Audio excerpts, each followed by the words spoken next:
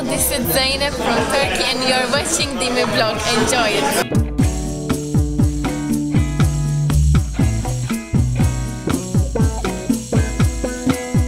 Buongiorno ragazzi! Доброто хора, как сте? Всичко наред ли е? Това зад мен е моят кампус. Тук живея, моята стая се намира някъде ето там. Не съм убеден точно къде, но е някъде ето там. И да, цял днес ще бъде доста натоварен ден. Ще организираме снимки, така нататък, но вечерта хора има парти. Ще се събираме, мисля, че всички хора заедно, вечеря и после ще ходим на дискотека, диско, парти, клубинг, не съм сигурен как разказва точно. Аз ако се събудя малко по-бързо ще е добре. И така, хайде! Това е Вадер, моят съученик. Как си? Добре съм. Добре да спа. По-добре от вчера. По-добре от вчера.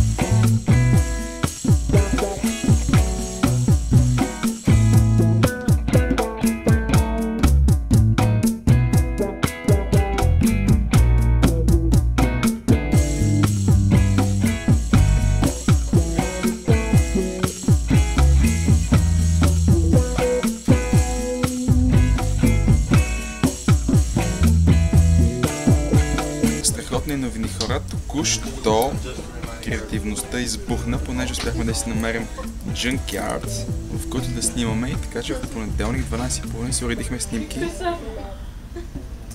в едно от местата, ето това. И се оказва, че ще има доста гостни снимки от там. Уредихме интервю, което е страхотно, най-накрая след толкова много обаждания. А междувременно какво се случва? Аплодвам си влогът, понеже интернетът в университета е окей. И това е единственият начин, в който мога да си едитна клиповете, така че страхотна сутрин, нали? Нямам никаква представа какъв е проблемът на интернетът в Италия, но да се връщам и гледам, че влогът ще се аплодне след 192 минути. Страхотно, интернетът бомбастик.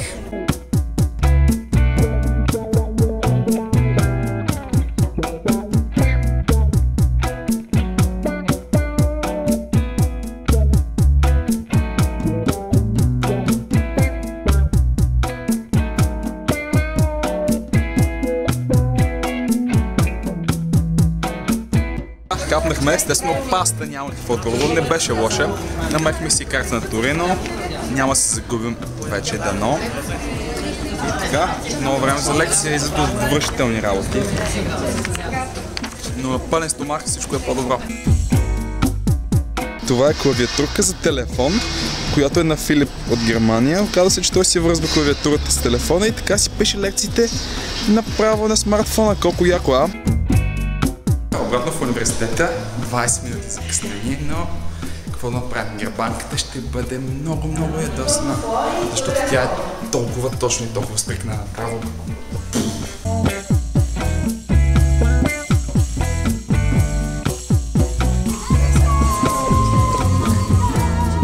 Стига толкова университет с днеска, стига толкова боклуци, ръбиш и така нататък. Време е за нещо малко по-интересно, което не включва германски преподавател.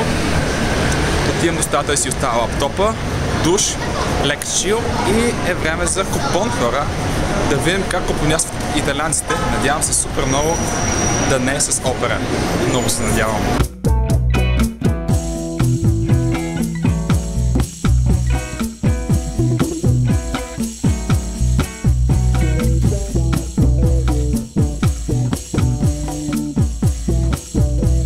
Non osare in caso di incendio. Sì. Non suare in caso di incendio. Парти! Парти! Диско парти, партизани! Парти! Party! Току-що разбихме митовете, че италианците закъсняват, понеже се оказа, че португалците са много по-неточни и много по-зле.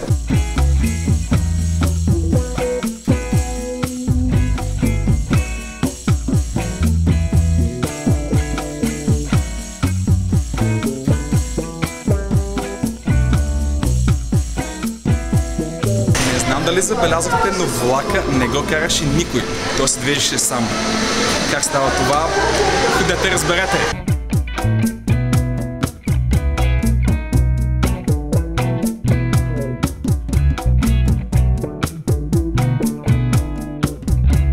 Оказва се, че заведението ни не е баш парти плейс, не е диско, а по-скоро музикосвалния, в която плащаме 7 евро и клепаме каквото си поискаме хора. Една напитка и безброй много храна. Страхотна.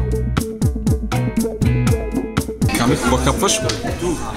Да знам, още не съм разбрала какво е. I feel very thirsty right now. Пием ли кио?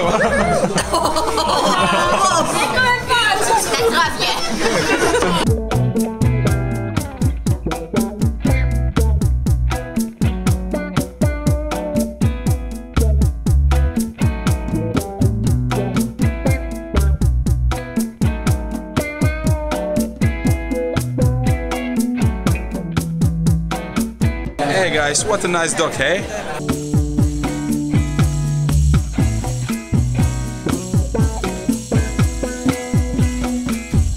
Оказва се явно, че това място преди е било детска градина с люлки, катерушки и всичко останало, дори и малко сладко колелце.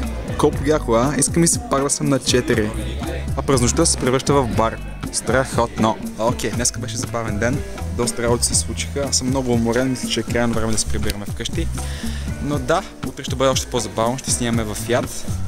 Така ще ни очаква доста по-затворен и интересен ден. Ще се видим във Ловрет утре. Аз съм наистина не знам какво казвам в момента. И не забравяйте да си носите усмивките. Чао!